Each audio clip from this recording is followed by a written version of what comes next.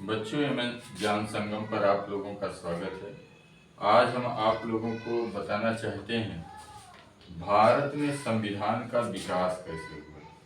भारत के संवैधानिक विकास का इतिहास। बच्चों की जैसे कि आप लोग जानते हैं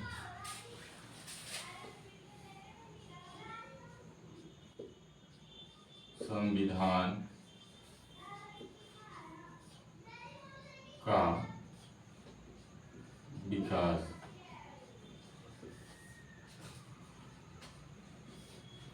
बच्चों, भारत में जब ईस्ट इंडिया कंपनी आई,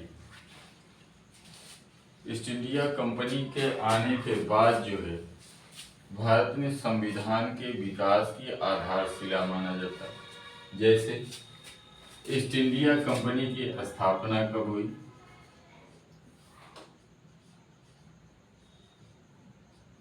ईस्ट इंडिया कंपनी की स्थापना तो जो है 1600 ईस्वी में, 1600 ईस्वी में इंग्लैंड में की गई। इंग्लैंड में की गई। इसकी स्थापना किसके द्वारा किया गया? तो महारानी एलिजाबेथ के द्वारा।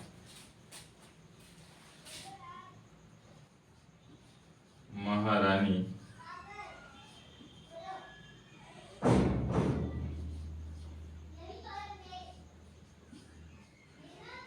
एलिजाबेथ के द्वारा इसकी स्थापना की गई। इसकी स्थापना क्यों की गई थी? तो इससे चाह रहे थे कि जो है दक्षिणी पूर्वी एशिया में व्यापार का विकास किया जाए, इसलिए इसकी स्थापना की गई थी। इस समय जो है इस कंपनी में शुरुआत में शेयर धारक कितने थे? शेयर लगाने वाले कितने थे? तो शेयर धारकों की संख्या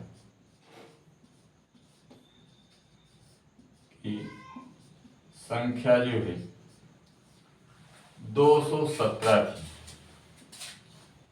217 सदस्य थे जिन्होंने इस कंपनी में अपना धन लगाया। और इसके साथ साथ इन जो है शेयर धारकों के द्वारा कितना धन एकत्र किया गया था? तो लगभग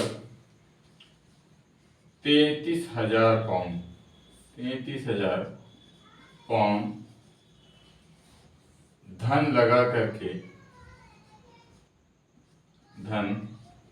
लगाकर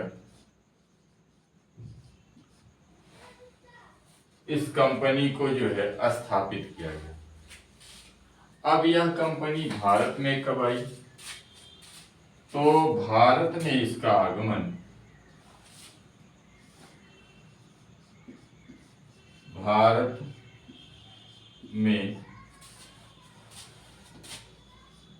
आई। यह कंपनी भारत में कब आई? तो 1608 ईस्वी में आई। 1608 ईस्वी में ये भारत आई। अब जब ये भारत आई तो धीरे धीरे जो है भारत में आरंभ में इनका आधार क्या था? ये व्यापार करना चाहते थे। इंग्लैंड की ये ईस्ट इंडिया कंपनी जो है क्या चीज करना चाहती थी? तो व्यापार करना चाहती थी। किंतु अंग्रेजों के द्वारा व्यापार के साथ साथ राजनीति में हस्तक्षेप किया गया और ये जो है शासन की स्थापना करने लगे। शासन की स्थापना भी करी। इन्होंने जो है ना बंगाल के नवाब को पराजित करके सबसे पहली बार बंगाल में कंपनी का शासन स्थापित किया।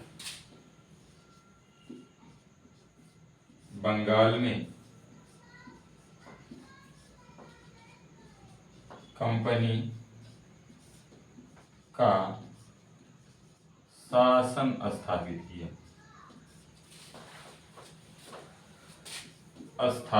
इन लोगों।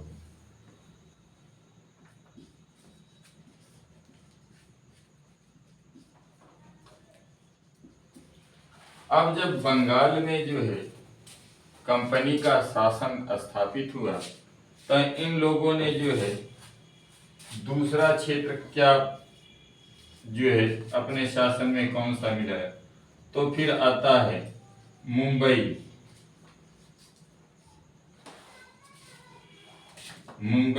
उसके बाद जो है तीसरा मद्रास, और इस तरीके से जो है इन तीनों क्षेत्रों में इन्होंने धीरे धीरे करके शासन की स्थापना कर ली।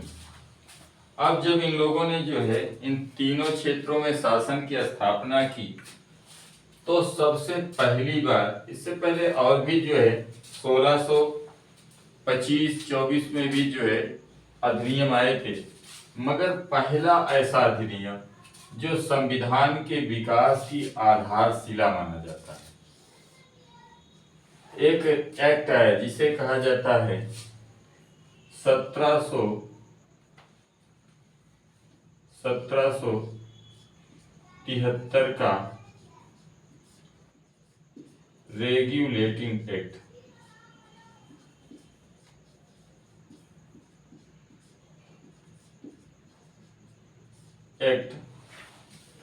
भारत आया। अब इस एक्ट को कहा क्या जाता है, तो इसी एक्ट को संविधान की नींव कहा जाता है।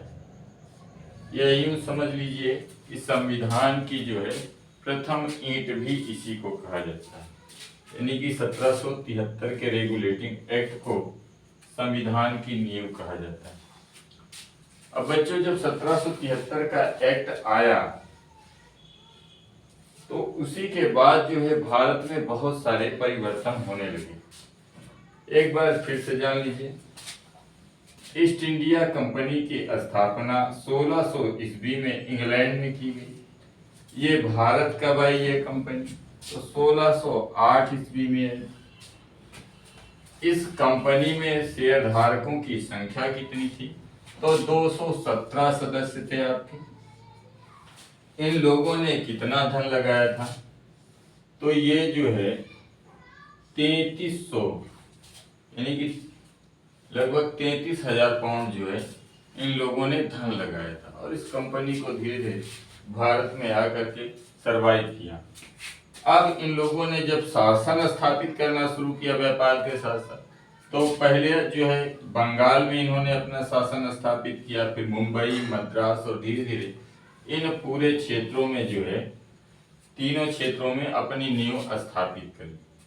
और फिर जो है 1773 में जो है एक एक्ट आया जिसे रेगुलेटिंग एक्ट कहा जाता है। यह इंग्लैंड से आया और इसे ही जो है संविधान की नींव कहा जाता है। अब बच्चों हम जो है रेगुलेटिंग एक्ट के आगे के बारे में जानेंगे कि ये रेगुलेटिंग एक्ट आया तो आने के बाद इसके द्वारा कौन कौन से काम किए गए, कौन कौन से काम किए गए।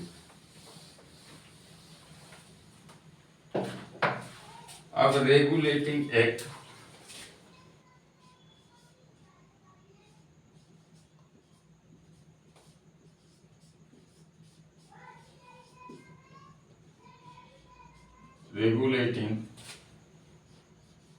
एक्ट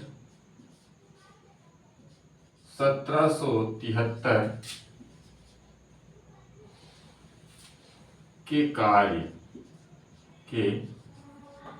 कार्य तो सबसे जो है मुख्य कार्य क्या था,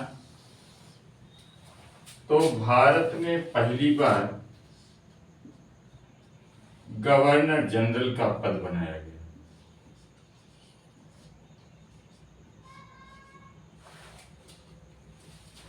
गवर्नर जनरल का